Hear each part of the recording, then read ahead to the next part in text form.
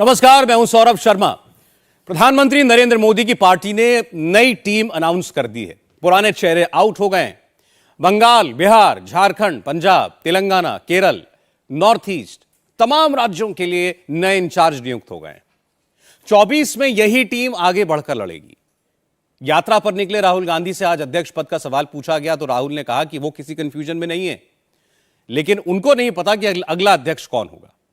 इस वक्त अरविंद केजरीवाल की बात करें तो उनका फुल फोकस हरियाणा और हिमाचल प्रदेश पर है। ओवैसी गुजरात पहुंचने वाले हैं। ओवैसी का फोकस है मुस्लिम वोट। मुसलमानों का फोकस कहां है, हम आपको बताते हैं। 24 की लड़ाई में सबसे ज्यादा कंफ्यूज्ड अगर कोई है तो वो है मुस्लिम वोटर। इसकी वजह है बीजेपी की न्यू मुस्लिम नीति। पिछले एक महीने से बीजेपी ने, संघ ने मुसलमानों को सीधा अप्रोच करना शुरू किया है। मुस्लिम इलाकों में बीजेपी के जनसंपर्क अभियान की खबर मोदी विरोधियों को अभी तक नहीं लगी है। इस वक्त भी आरएसएस की एक मीटिंग चल रही है। संघ मुसलमानों पर अपनी नई पॉलिसी 12 तारीख को बताएगा। अगले महीने मदरसों को लेकर नई रिपोर्ट भी आएगी। क्या बदली हुई बीजेपी को बदले हुए मुसलमान चाहिए? बीजेपी के नए प्रयोग का ग्राउंड पर कितना असर है? मुस्लिम इलाकों के मदरसों में जाकर हमारे रिपोर्टर्स ने यह ग्राउंड रिपोर्ट तैयार की है।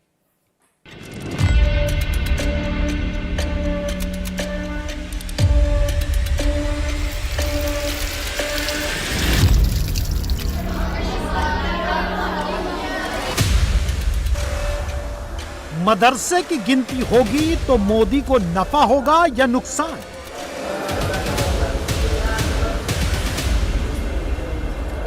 मदरसे वाले मोदी और योगी के साथ हैं या खिलाफ? ओवैसी, मदनी और पर्सनल लॉ बोर्ड की लाइन क्लियर हो चुकी है।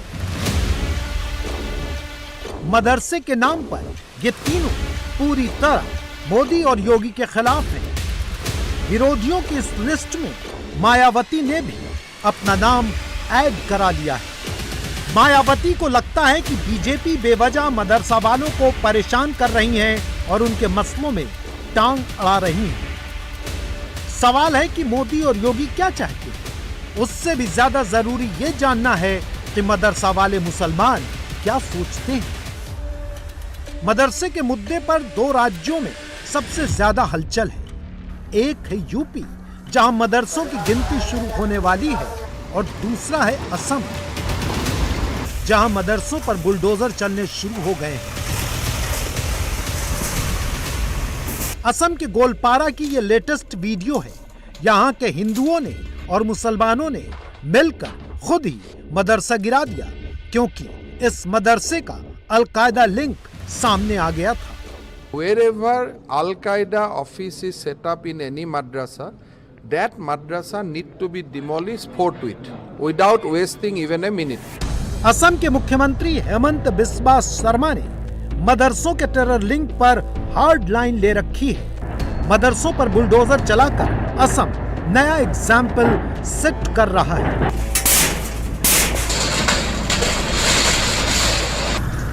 अब आपको लेकर चलते हैं उत्तर प्रदेश, जहां मदरसों पर बुलडोजर तो नहीं चल रहे, लेकिन मदरसों का सर्वे कराने के ऑर्डर ने सियासी बवाल खड़ा कर दिया है।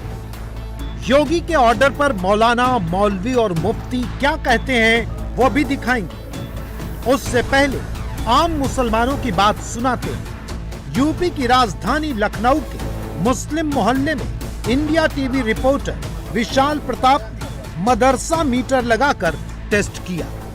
मेरी ये राय है कि इसमें सरकार की जो नीयत है वो अगर ठीक है तो सर्वे ठीक है, और हम लोग जो है पूरा समर्थन करते हैं सर्वे का, लेकिन जायज़ तरीके से और उसको जो है अच्छी तरीके से सर्वे किया जाए। इसमें ईमानदारी के साथ काम हो। इसमें जैसे अभी बताया, इसके लिए 1-2 दिन में नहीं होगा। आपको यहाँ हफ्तों बैठना पड़ेगा। हर मदरसे के बीच में अधिकारी आके बैठे, उसको देखे, उसको समझे, फिर उसकी रिपोर्ट पेश करें। इसको हम इस तरह से देखेंगे कि आप कोई भी काम करिए, अगर आवाम की भलाई के लिए कर रहे हैं, सही तरीके से कर रहे हैं, तो हमें कोई परेशानी नहीं है। जो सही चीज़ है आप उसका साथ दीजिए, उसको सामने लाइए। और हम लोग यही चाहते हैं कि जो है देश हमारा आगे बढ़े और किसी को कोई परेशानी नहीं होना चाहिए। सरकार की कोशिश ये है, सरकार का कहना ये है, उनका पक्ष ये है कि हम चाहते हैं कि मुस्लिम बच्चों को बेहतर शिक्षा, बेहतर तालीम मिले, उनके एक हाथ में कंप्यूटर और दूसरे हाथ में लैपटॉप और कुरान हो।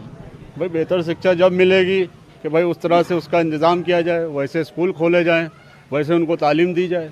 तो थोड़ा सा जब तक सरकार इस चीज़ में जो है सपोर्ट नहीं करेगी तब तक हम कैसे आगे बढ़ पाएंगे। सरकार का कहना है कि हम चाहते हैं कि सही चीज़ की जांच हो और अगर कोई गलत है तो उसके ऊपर हम कार्रवाई करें, आधुनिकीकरण करें मदरसों का। अच्छी बात है, ये अच्छी बात है, होना चाहिए। समझे, सच्चाई के लिए होना चाहिए, हर चीज़ की जांच होनी चाहिए। लखनऊ के आम मुसलमानों को लगता है कि मोदी और योगी की नीयत सही है।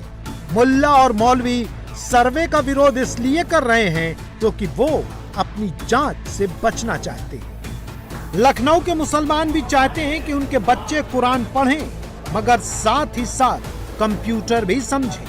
हर मुसलमान अपने बच्चे को मौलवी और मुफ्ती नहीं बनाना चाहता, उनको भी अपने बच्चों को डॉक्टर और इंजीनियर बनाना है। मदरसों पर उत्तर प्रदेश की सरकार जो करने जा रही है, कुछ ऐसी ही लाइन राष्ट्रीय बाल अधिकार संरक्षण आयोग यानी NCPCR की है।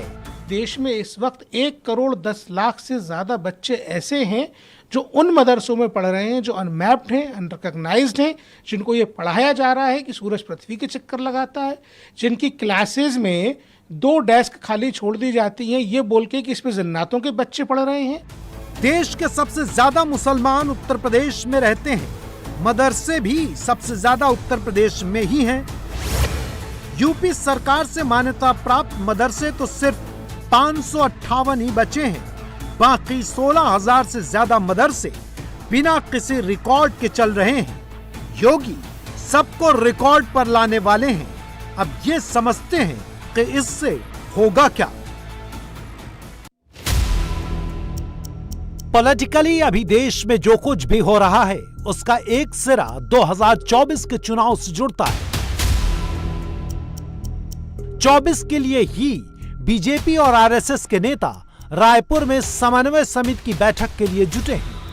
ये मोदी जी की संस्कृति है कि अब किसी को भी जनता के सामने जाना पड़ेगा तो अपना रिपोर्ट कार्ड लेके जाना पड़ेगा और बताना पड़ेगा जनता को कि उसने जनता के लिए क्या किया।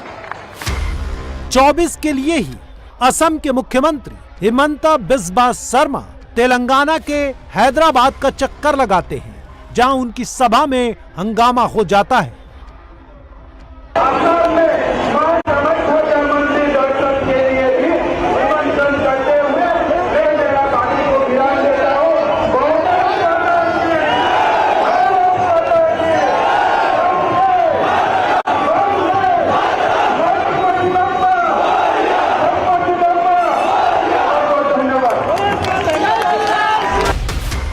उत्तर प्रदेश में मदरसों की गिनती शुरू हो रही है तो उसके पीछे भी 24 का कैलकुलेशन है।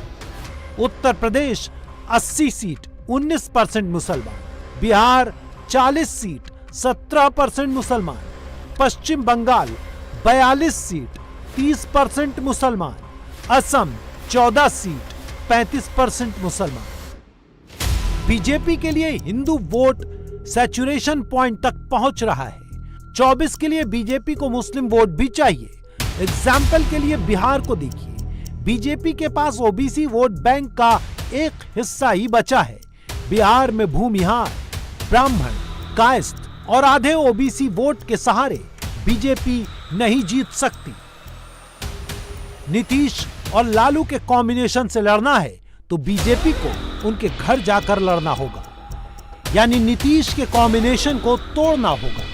बिहार में वोट एकजुट होगा मदरसे के नाम पर, असम में वोट इकट्ठा होगा मदरसे के नाम पर, बंगाल में भी बीजेपी को वोट मिलेगा मदरसे के नाम पर, यहां तक कि तेलंगाना में भी वोट एकजुट होगा मदरसे के नाम पर। बीजेपी के लिए सबसे सक्सेसफुल फॉर्मूला है बीजेपी वर्सेस ऑल।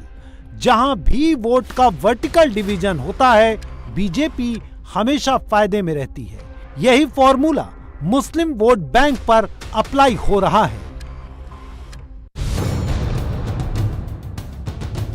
ये बात तो सभी कहते हैं कि मुसलमान बीजेपी को कम वोट देते हैं। सही बात यह है कि कट्टर मुसलमान ही बीजेपी से तौबा करके बैठे हैं। मॉडरेट मुसलमानों के लिए बीजेपी दुश्मन पार्टी नहीं है। रामपुर और आजमगढ़ में यह बात साबित हो चुकी है। मॉडरेट मुसलमानों को एजुकेशन चाहिए, कट्टर मुसलमान मदरसे से ही खुश हैं।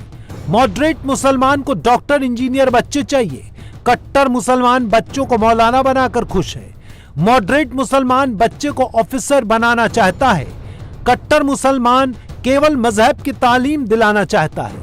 मॉडरेट मुसलमान को बिजनेस में तरक्की चाहिए, कट्टर मुसलमान मजहबी दायरे में ही बंधा रहना चाहता है।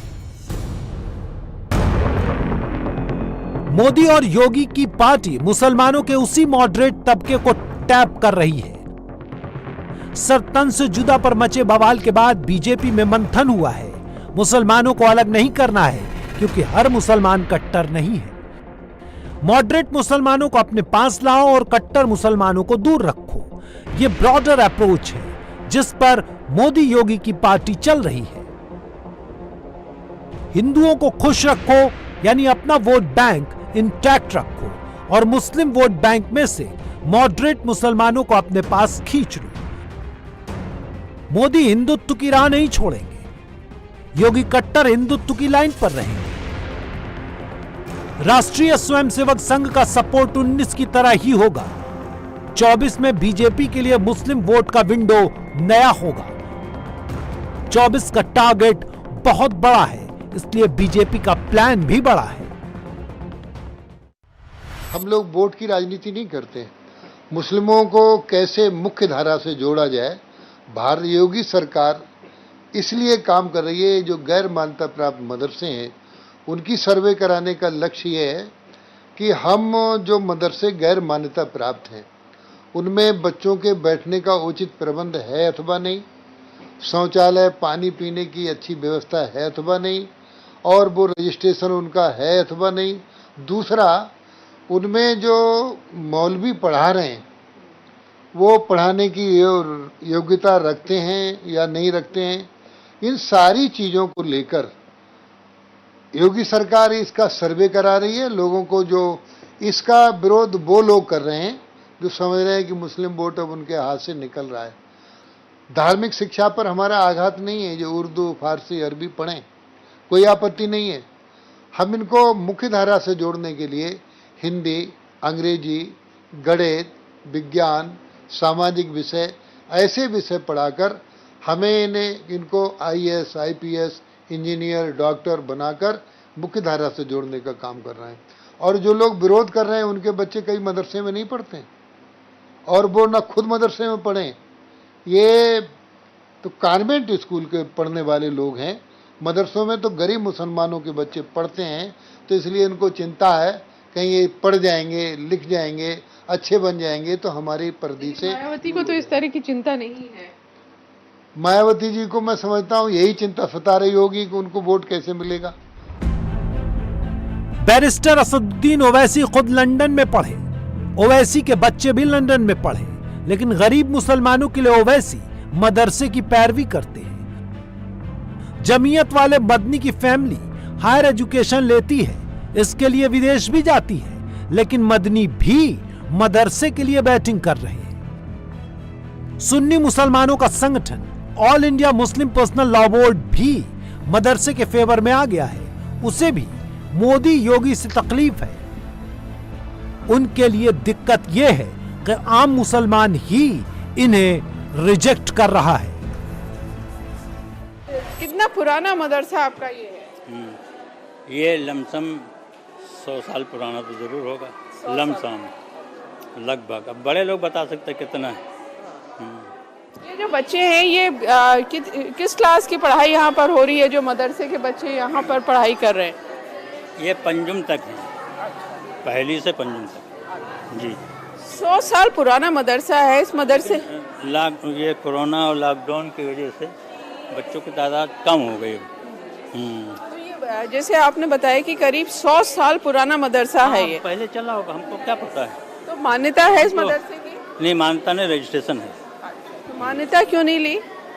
हाँ, मान्यता सोच रहे थे हम लोग ले लें, लेकिन ली नहीं। अब जैसे सरकार एक फॉर्म लाई है, सर्वे होने जा रहा है कि जो गैर मान्यता प्राप्त मदरसे हैं उनका सर्वे होगा, तो आपका भी मदरसा उसमें आएगा। जी जी जी। तो क्या कहना है उस सर्वे के बारे में? तो अब वो मान्यता ली जाएगी। सीतापुर के महमूदाबाद का ये मदरसा है जिसका नाम है मदरसा उस्मानिया ज़ियाउल उलूम। ये आलिया तक है, 10th तक है, अव्वल से आलिया यानी क्लास 1 से क्लास 10th तक। इसमें करीब 200 बच्चे पढ़ते हैं। बड़ा मदरसा यहाँ पर चलता है। ये मान्यता प्राप्त मदरसा है। आप प्रिंसिपल हैं मदरसे के। जैसे ये मदरसा है, आप क्या क्या पढ़ाते हैं यहाँ पे? हिंदी, इंग्लिश, गणित, सारे सब्जेक्ट, आज जो सब्जेक्ट बेसिक शिक्षा में है वो सारे सब्जेक्ट में पढ़ाए जाते हैं। बेहतर जो तालीम के लिए ज़रूरी है कि जो मदरसा चले उसमें टीचर सही हो, उसकी व्यवस्था सही। जी जी हाँ सही है जी। उसको सही, हाँ उसको सही। इस तरह से ये जो मदरसा है काफ़ी बड़ा मदरसा है। और जैसा आपने बताया कि बच्चों की जो हर क्लास में आप देखेंगे काफ़ी बच्चे यहाँ पे आपको पढ़ते नज़र आएंगे। और इस मदरसे में हॉस्टल भी है, बच्चों के रहने का इंतज़ाम भी है जहाँ पे उनको भोजन भी कराया जाता है। तो ये क्लास में इस तरह से बेंच वगैरह सब हैं, पंखा भी यहाँ पे लगा हुआ है, खिड़कियाँ हैं सब तरफ, यानी अच्छी तरह से ये मदरसा चलाया जा रहा है। ब्लैक बोर्ड है, कैमरे, CCTV कैमरे यहाँ पे लगे हुए हैं, बच्चों पर नज़र रखी जाती है। लेकिन इनका कहना है कि क्योंकि गरीब बच्चे कई सारे मदरसों में पढ़ते हैं तो उनकी फ़ीस माफ़ कर दी जाती है और वो जो पैसा कम होता है वो लोग अलग अलग दान देते हैं, ख़ासतौर से रमज़ान के महीने में ज़कात देते हैं, उससे ये मदरसा चलता है। जो ईमानदारी से मदरसा चला रहे हैं उनको मदरसे की गिनती से कोई तकलीफ नहीं है, लेकिन जो मदरसे के नाम पर मुस्लिम वोट की दुकान चला रहे हैं उनको मदरसे की गिनती में खोट ही खोट नजर आता है। पिछले हफ्ते ही HRD मिनिस्टर धर्मेंद्र प्रधान ने 14,500 स्कूलों को अपग्रेड करने का ऐलान किया, तो इसमें हिंदू मुसलमान का कोई जिक्र नहीं हुआ। जो स्कूल अपग्रेड होंगे उसमें हिंदू भी पढ़ेंगे, मुसलमान भी पढ़ेंगे। सरकार जब अच्छे स्कूल दे रही है तो मदरसों में ही क्यों पढ़ना? कांग्रेस के राहुल गांधी यात्रा पर निकले। राहुल साउथ से पैदल चलकर वोट जोड़ना चाहते हैं। मोदी ने आज 24 की सोचकर नई टीम बना दी। 14 राज्यों और नॉर्थ ईस्ट का इंचार्ज उन्हें बनाया गया है जो यंग हैं, जो टैलेंटेड हैं, जो पार्टी के प्रति वफादार हैं और जो मेहनत कर सकते हैं। पुरानी टीम के पुराने आउट हो गए। बीजेपी की नई टीम के नए चेहरों पर गौर कीजिएगा। संबित पात्रा पूर्वोत्तर संभालेंगे, मंगल पांडे पश्चिम बंगाल देखेंगे, पी मुरलीधर राव मध्य प्रदेश, विनोद तावड़े बिहार, लक्ष्मीकांत वाजपेयी को झारखंड का चार्ज मिला है, महेश शर्मा त्रिपुरा भेजे गए हैं, ओम माथुर छत्तीसगढ़ देखेंगे, अरुण सिंह राजस्थान में जीत दिलाएंगे, विजय रूपाणी पंजाब संभालेंगे, प्रकाश जावड़ेकर केरल भेजे गए और तरुण चुग को तेलंगाना का जिम्मा दिया गया है। नरेंद्र मोदी सावधानी से चल रहे हैं, एक एक चीज सोचकर ठोस कदम बढ़ा रहे हैं। जो इनकी इंपॉर्टेंस नहीं समझ रहे वो शोर शराबा कर रहे हैं। योगी ने किसको कहा पाताल तक ढूंढ लाऊंगा? योगी ने किसको कहा सुधार दूंगा? योगी के सामने एक के बाद एक कौन सी ऐसी चुनौतियां आ गईं कि उन्हें इस तरह की बातें कहनी पड़ रही हैं? पिछले 48 घंटों में यूपी का माहौल बिगाड़ने की सीरियल साजिशें हुई। एक शहर से खबर आई, उसके पीछे फिर दूसरे, फिर तीसरे शहर से वैसी ही खबरें आने लगी। योगी मॉडल को राजधानी लखनऊ से ही किसने चैलेंज किया? नफरत की आग में झुलसाने का बरेली मॉड्यूल क्या था? हरदोई में कैसे दंगे की साजिश की गई? वहां कौन सा इकोसिस्टम काम कर रहा था? अलग अलग शहरों में ऐसा क्या हुआ जिसने योगी को ऐसा टफ एक्शन के लिए मजबूर कर दिया? देखिए।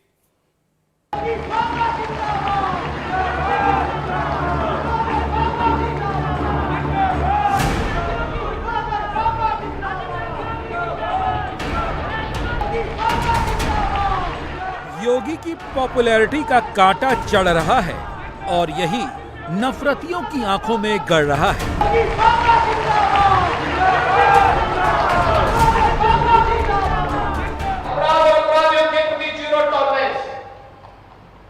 अपराधी कोई भी हो, माफिया कोई भी हो, कितना भी बड़ा क्यों ना हो, कितना भी उसको बड़ा संरक्षण प्राप्त क्यों ना हो, अगर अंदर भी छुपा होगा, वहां से भी उसको निकाल करके बाहर लाएंगे।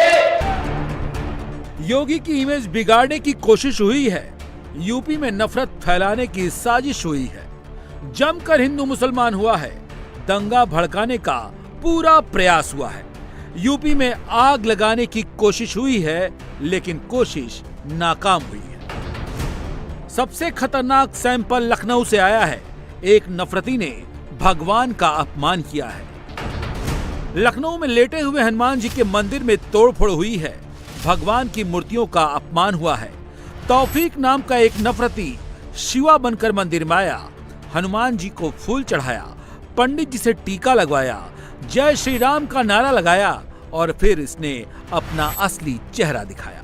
आरोपी तौफीक ने पहले तो लेटे हनुमान जी के पास शरारत करने की कोशिश की, लेकिन वहां कामयाब नहीं हो पाया तो गर्भगृह के बाहर मूर्तियों पर गुम्मा चला दिया, जिससे हनुमान जी की एक मूर्ति खंडित हो गई और शनिदेव की मूर्ति का भी अपमान हुआ।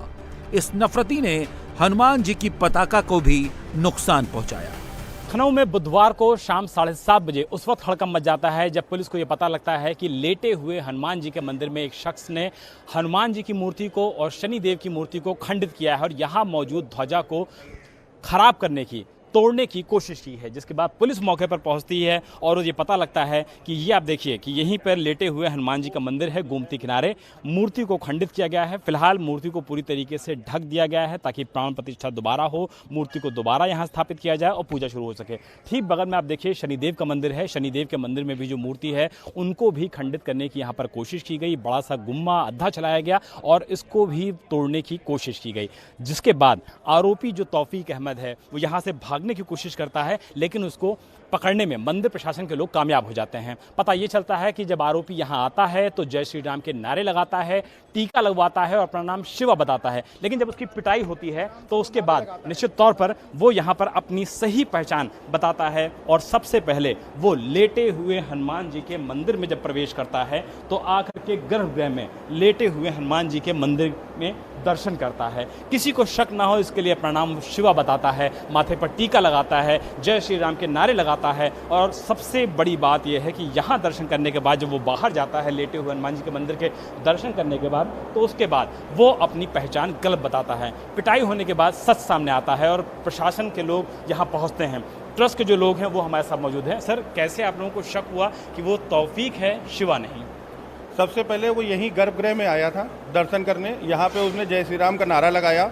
गर्भगृह में आप देख रहे होंगे यहाँ पे दरवाज़ा हम लोग लगा रखा है, इसको लॉक कर देते हैं जिससे हर आदमी अंदर ना जा पाए।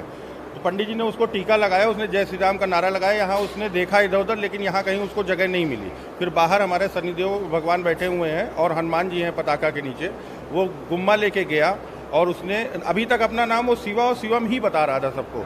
जब उसने तोड़ दिया, लोकल जो हमारे पंडित जी और यहाँ के जो स्थानीय लोग हैं उन्होंने जब नाम पूछा तो उसने शिवा शिवम बताया। उसी समय हम लोगों को खबर लग चुकी थी, हम लोग तुरंत भाग के आए और स्थानीय पुलिस को खबर की। एसीपी महोदय यहाँ मौजूद थे उस समय। जब उन्होंने उसको 2 चाटे मारे तो उसने अपना नाम तौफीक अहमद बताया। लेकिन सवाल यह है कि इसने ऐसा क्यों किया? क्यों तौफीक शिवा बनकर लेटे हनुमान मंदिर में आया? क्या तौफीक को किसी साजिश के तहत मंदिर में भेजा गया? क्या यूपी में दंगा भड़काने की साजिश रची गई? क्या योगी की कानून व्यवस्था की इमेज को खराब करने की कोशिश हुई? थाना चौक क्षेत्रांतर्गत लेटे हुए हनुमान मंदिर परिसर में एक व्यक्ति द्वारा 2 मूर्तियों को क्षति पहुंचाया गया है। उस व्यक्ति को तत्काल मौके से गिरफ्तार कर गहराई से पूछताछ की जा रही है। सुसंगत धाराओं में मुकदमा पंजीकृत कर कार्रवाई की जा रही है। मेडिकल परीक्षण में नशे की हालत में होना भी पाया गया है। सभी एजेंसियों द्वारा बहुत गहराई से हर पहलू पे जांच की जा रही है। सख्त से सख्त कार्रवाई सुनिश्चित की जा रही है। जैसे ही ये खबर बाहर पहुंची, पूरा माहौल गर्म हो गया। पुलिस तौफीक को नशेबाज बता रही है, लेकिन मंदिर के लोग इसे सोची समझी साजिश बता रहे हैं। जब वो नशे में था तो अपना नाम शिवा क्यों बता रहा था? अपना नाम तो सही बता सकता था। एक तरीके से आप तो स्वयं पत्रकार है, आप ये जानते हैं कि किसी भी चीज़ को जब इम्प्लांट किया जाता है तो उसके छोटे छोटे बिंदुओं को देखा जाता है। तो नशा एक आड़ है जिसकी आड़ में इस पूरे प्रकरण को ख़त्म किया जा सके। साजिश आपको लगता है कि बड़ी साजिश थी? 200% साजिश है, क्योंकि पास में ही यहाँ पर बुढ़वा मंगल पर कार्यक्रम हो रहा था हिंदुओं का, जिसमें करीबन 1,500 से 2,000 व्यक्ति थे, और इधर पास में ही मस्जिद में मजलिस का कार्यक्रम था जिसमें लगभग 1,000 व्यक्ति थे। तो दोनों संप्रदाय के हमारे लोग यहाँ पे मौजूद थे। बीच में ये मंदिर है, यहाँ पे अगर कोई कांड होगा दोनों तक हवा जाएगी और एक ये भयंकर कांड का रूप में तब्दील होगा और प्रदेश के गौरव को ठेस पहुंचेगी। प्रदेश के गौरव को ठेस पहुंचेगी और इसको देखते हुए हिंदू संगठन के जो तमाम लोग हैं वो फिलहाल यहाँ पर पहुंच चुके हैं, अपना विरोध प्रदर्शन करने के लिए पहुंच चुके हैं। और उनका कहना है कि जब तक इस पूरे मामले की जो साजिश है, साजिश से जब तक पर्दा नहीं उठता है तब तक ये प्रदर्शन जारी रहेगा, सांकेतिक प्रदर्शन भी किया जाएगा। बहरहाल लखनऊ पुलिस ने आरोपी को गिरफ्तार कर लिया है और उससे सख्ती से पूछताछ की जा रही है कि पूरे मामले का सच क्या है। लेकिन लेटे हुए हनुमान मंदिर में जिस तरीके से माहौल खराब करने की कोशिश की गई, पुलिस की सजगता और जो यहाँ पर मंदिर प्रशासन के लोग हैं उनके द्वारा अगर आरोपी को ना पकड़ा गया होता तो शायद लखनऊ में इस समय माहौल खराब चुका होता। मुद्दा बहुत सेंसिटिव है और कोई भी गलत खबर माहौल बिगाड़ सकती है, इसलिए पुलिस तौफीक से कड़ी पूछताछ कर रही है और जानने की कोशिश कर रही है कि तौफीक किसी बड़ी साजिश का हिस्सा तो नहीं है, क्योंकि उस वक्त मंदिर में मौजूद पुजारी ने जो बताया है वो तौफीक की मंशा पर कई सवाल खड़े कर रहा है। सवाल ये उठता है कि अगर वो नशे में था जैसा कि पुलिस कह रही है तो अपना नाम शिवा बताने की जरूरत क्या थी, टीका लगवाने की जरूरत क्या थी, जय श्री राम बोलने की जरूरत क्या थी? क्या आप लोगों को किसी साजिश का शक लगता है? अब यहाँ पे कल बहुत बड़ा कार्यक्रम था, कल बहुत भीड़ थी बाहर, तो हम लोगों को तो यही शक हो रहा है क्योंकि ये मंदिर विगत 1 वर्षों से बहुत चर्चा में है, जब से इसका जीर्णोद्धार हुआ है और प्रदेश की पहली धर्मध्वजा यहाँ पे लगाई गई है 108 फुट की, तो बहुत चर्चा में। तो हम लोगों को तो यही लग रहा है इसके पीछे कोई साजिश है। नशे में लगता है सर? बिल्कुल साजिश का हिस्सा है, क्योंकि जो पुलिस बता रही है नशे में, वो तो पुलिस का अपना पहलू है। इतनी सीढ़ियाँ आप देख रहे हैं उतर करके आना, फिर यहाँ दर्शन करना, उसके बाद गुम्मा उठा करके मारना, ये नशे की हालत में कोई नहीं अंजाम दे सकता। पंडित जी यही थे कल यहाँ पे? पंडित जी कल आप मौजूद थे यहाँ पर, जो आरोपी आया जिसने यहाँ पर गुम्मे से ध्वजा तोड़ी, हनुमान जी की मूर्ति को नुकसान पहुँचाया, क्या यहाँ पर उसका आपको देख के लग पाया था कि वो तौफीक है और शिवा नहीं है? जैसे वहाँ से तेजी से ही चिल्ला रहा था, पंडित जी हम नीचे आए बाथरूम करने गए तो वहाँ से लौट के आया, फिर कहा पंडित जी हमारे टीका लगा दीजिए। टीका लगा के आया था, फिर हमसे भी टीका लगवाया। उसके बाद वो मूर्ति छू रहा था, हमने मना किया मूर्ति नहीं, दूर से ही दर्शन करिए। उसके बाद फिर अपना बाहर चला गया दर्शन के, फिर उधर किया, उधर फिर जब दोबारा ऊपर जाके देखे तब गुम्बा लेके शनिदेव में तोड़ रहा था। उसके पहले ही हनुमान जी की मूर्ति को तोड़ चुका था। लगा था कि वो नशे की हालात में है यार, सही से बात कर रहा था? सही से बात कर रहा था, नशे की हालात में हमें नहीं लग रहा था। वो जो पंडित जी हैं लेटे हुए हनुमान जी के मंदिर के, उनका कहना है कि वो पंडित जी बोल रहा था, पहले से टीका लगा के आया था, अंदर भी उसने टीका लगवाया, जय श्री राम के नारे लगवाए, लेकिन जब पुलिस यहाँ पहुँचती है, ट्रस्ट के लोग यहाँ पहुँचते हैं, उसकी पिटाई होती है, तब पता लगता है कि वो शिवा नहीं है बल्कि तौफीक अहमद है। जिसके बाद पुलिस ने इस मामले में आरोपी को गिरफ्तार कर लिया है। लेकिन ट्रस्ट के लोगों को लगता है कि अगर वो नशे में था, अगर वो नशेड़ी था तो अपना नाम क्यों छुपा रहा था, जय श्री राम के नारे क्यों लगा रहा था, टीका क्यों लगवा रहा था? यानी कि इसके पीछे एक बहुत बड़ी साजिश थी। लखनऊ के हनुमान मंदिर में एक नफरती ने माहौल बिगाड़ने की साजिश की तो हरदोई में मस्जिद में नफरतियों ने शरारत की। मकसद दोनों का एक है, कैसे यूपी को नफरत की आग में धकेलना है। हरदोई के सांडी नगर के मोहल्ला नवाबगंज में ये मस्जिद है, जिसके मेन गेट पर बीती रात नफरतियों ने गेरुआ रंग से जय श्री राम का नारा लिख दिया। सवाल सीधा है, किसी को मंदिर में मूर्तियां खंडित करने का हक किसने दिया? और सवाल यह भी सीधा है कि मस्जिद पर जय श्री राम लिखने का हक किसने दिया? इस हरकत का पता तब चला जब सुबह नमाज पढ़ने लोग मस्जिद पर पहुंचे तो गेट पर पेंट से जय श्री राम लिखा मिला। सांडी चुंगी पर जो मस्जिद तंजीम है, इसमें किसी किस्म का अभी तक कोई लफड़ा ऐसा नहीं हुआ। सुकून से नमाज होती रही और इमाम साहब और मुअज्जिन साहब वो भी सुकून से अपने आते रहे, किसी किस्म कोई लफड़ा नहीं हुआ। आज सुबह फजर में जब मस्जिद के मुअज्जिन साहब आए अजान देने के लिए तो देखा गेट के ऊपर पूरा गेट जो है दीवार तक की रंगा हुआ था, जय श्री राम के नारे लिखे हुए थे और मजबूत पेंट के साथ लिखा गया था। तो उसी वक्त पुलिस को इत्तला करी गई, पुलिस फ़ौरन आई और उसने जो है मौके पर मुआयना किया। उसके बाद ताला खुलकर सब नमाजियों नमाज अदा करी और तकरीबन 8 बजे तक पूरा पुलिस महकमा, एडिशनल एसपी, कप्तान साहब और सीओ, एसडीएम साहब सब तशरीफ लाए, आकर के यकीन दहानी कराई, मुकदमा दर्ज किया। बहुत ही गंभीर बात थी, इसीलिए मस्जिद के लोगों ने तुरंत पुलिस को खबर की। अज्ञात लोगों के खिलाफ तुरंत एफआईआर दर्ज हुई। पुलिस प्रशासन तुरंत मौके पर पहुंचा। अब पुलिस सीसीटीवी चेक कर नफरतियों की तलाश कर रही है। इस संबंध में पुलिस को सूचना मिलते ही तत्काल उसको जो है साफ करा दिया गया है और मुकदमा भी पंजीकृत किया गया है। इस संबंध में स्थानीय स्तर पर सीसीटीवी फुटेज वगैरह देखा जा रहा है और सीडीआर, बीटीएस आदि से भी तलाश किया जाएगा किसने ऐसा किया है। जहाँ तक इसके किसने किया है या क्या इसकी मंशा हो सकती है, इसके बारे में ये है कि विगत में अभी तमाम त्यौहार रहे हैं, सारे पर्व सांप्रदायिक सद्भाव से निकले हैं, तो ऐसा प्रतीत हो रहा है कि कोई शरारती अथवा विक्षिप्त तत्व जो है अपने निजी स्वार्थ के लिए ऐसा काम किया है। शीघ्र ही इसको तलाश लिया जाएगा।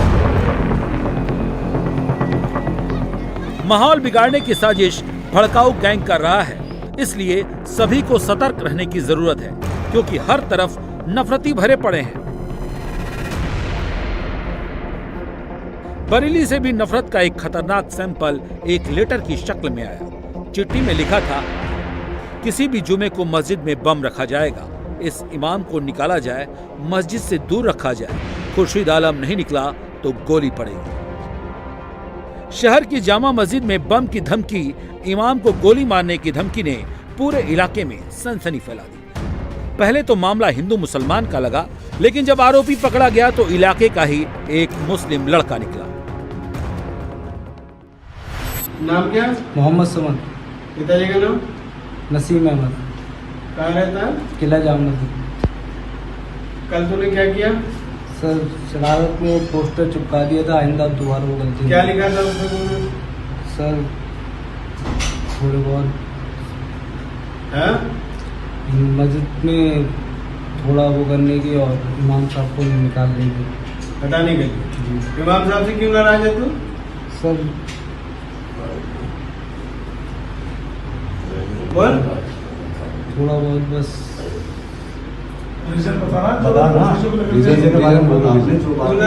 थोड़ा डीजे वीजे पे आके नाराजगी हो गई थी, इसलिए लिख दिया। तो वो तो सही बात कह रहे हैं ना, जब डीजे सरकार ने मना किया है तो वो तो अच्छी बात कह रहे हैं डीजे न चलाने के लिए। चलिए गलती हो गई सर, नहीं होगी। आरोपी समद का कहना है कि इमाम मुफ्ती खुर्शीद आलम ने ईद पर निकलने वाले जुलूस में डीजे न बजाने की हिदायत दी थी। इस बात को लेकर वो बहुत गुस्से में था, जिसके बाद उसने धमकी भरी चिट्ठी मस्जिद के दीवार पर लगा दी। ये मस्जिद अल्लाह का घर है, उसमें बम रखने की बात कहना ये बहुत बड़ी बात है। और हमारे सेक्रेटरी साहब ने अभी थाने में जो है जामा मस्जिद के लेटर पैड पे तहरीर दी है। पुलिस को संज्ञान में लेना चाहिए इस चीज़ को और एफआईआर दर्ज कराया गया है। और ना मेरी तो किसी से ज़ाती कोई मामला भी नहीं, ना कोई। अल्हम्दुलिल्लाह मैं 2013 से यहाँ पे इमामत कर रहा हूँ और अल्लाह का शुक्र है पूरा मोहल्ला खुश है और सारे नमाजी खुश हैं। अल्हम्दुलिल्लाह अल्लाह का शुक्र है। मोहल्ले के किसी बच्चे से भी पूछा जाएगा तो अल्हम्दुलिल्लाह अल्लाह का शुक्र है, सब बच्चे जो है, जो भी मोहल्ले के लोग हैं, सब मुझसे खुश हैं। फिलहाल पुलिस ने आरोपी समद को हिरासत में ले लिया है। इमाम ने एफआईआर भी दर्ज करवाई है। लेकिन जो माहौल इस समय उत्तर प्रदेश में चल रहा है, ऐसे में बड़े ही सोच समझकर रिएक्ट करने की जरूरत है, क्योंकि अगर ये नफरती अपने मकसद में कामयाब हो गए तो नुकसान हिंदू मुसलमान दोनों का होगा। इसलिए ऐसे नफरतियों को पहचानने की जरूरत है और इनकी साजिश से सतर्क रहने की जरूरत है। बिहार के सिवान में कल बड़ा बखेड़ा हुआ। बाजार में महावीर अखाड़े की शोभा यात्रा के दौरान मामूली विवाद हुआ। इसके बाद एक पक्ष ने मस्जिद की छत से पत्थरबाजी शुरू कर दी। जवाब में दूसरे पक्ष ने भी पत्थर फेंके, तोड़फोड़ हुई, आगजनी की गई, यहां तक कि पुलिस वालों को भी पत्थर मारे गए। लेकिन अब सिचुएशन अंडर कंट्रोल है। क्या हुआ कल सिवान में, इस रिपोर्ट में देखिए।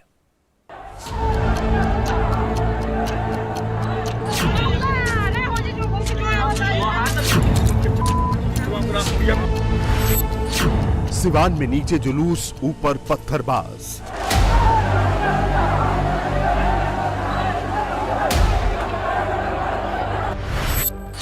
महावीरी अखाड़े पर पत्थरों की बारिश।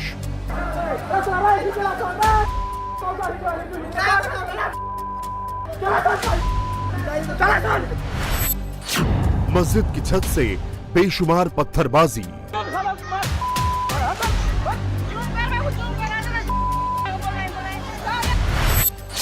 पत्थरबाजी के बाद हंगामा, तोड़फोड़, आगजनी।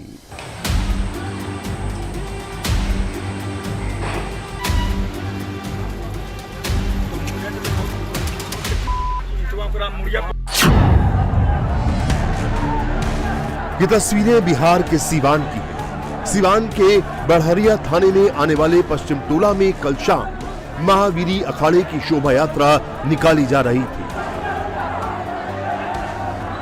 लेकिन जैसे ही यात्रा मस्जिद के पास से गुजरी तो पहले विवाद हुआ, फिर मस्जिद की छत पर मौजूद उपद्रवियों ने पथराव शुरू कर दिया। शोभा यात्रा की सुरक्षा में लगी पुलिस ने जब पत्थरबाजी कर रहे उपद्रवियों को रोका तो पथराव पुलिस पर भी किया गया। हंगामा इतना बड़ा कि पत्थरबाजी दोनों तरफ से शुरू हो गई। बाजार में दुकानों के बाहर तोड़फोड़ की गई। पथराव से आक्रोशित लोगों ने बड़हरिया बाजार की एक पान गुमटी को आग के हवाले कर दिया। पत्थरबाजी में पुलिस के 8 से ज्यादा जवान घायल हो गए। दूसरी तरफ दोनों पक्षों के भी 12 लोगों को चोटें आई हैं। घटना के बाद पूरे इलाके को पुलिस छावनी में तब्दील कर दिया गया है। 35 नामजद और 100 अज्ञात आरोपियों के खिलाफ एक FIR दर्ज की गई है। 20 की गिरफ्तारी भी हो चुकी है। पुलिस का साफ कहना है कि अगर कोई भी माहौल बिगाड़ने की कोशिश करेगा तो सख्त कार्रवाई की जाएगी। इस मामले में प्राथमिकी दर्ज की गई है, जिसमें 35 लोग नामजद हैं और करीब 100 अज्ञात हैं। इसमें से 20 लोगों की गिरफ्तारी की गई है और जो भी इस उपद्रव में शामिल थे उनकी पहचान कर ली गई है और बाकी जो अज्ञात हैं उनके भी पहचान की पक्का प्रयास किया जा रहा है और जो भी इसमें सम्मिलित हैं उन सबको कानून के कटघरे में यथाशीघ्र खड़ा कर दिया जाएगा। इसमें कड़ी कानूनी कार्रवाई की जाएगी। घटना के बाद प्रशासन ने इलाके में धारा 144 लागू कर दी है। कल जो हंगामा हुआ उसे लेकर इलाके में फुल टेंशन है। बाजार बंद है। फिलहाल लोगों से शांति बनाए रखने की अपील की जा रही है। इंडिया टीवी हर वक्त हर जगह डाउनलोड करने के लिए सर्च करें India TV news Google play store या ऐप स्टोर पर।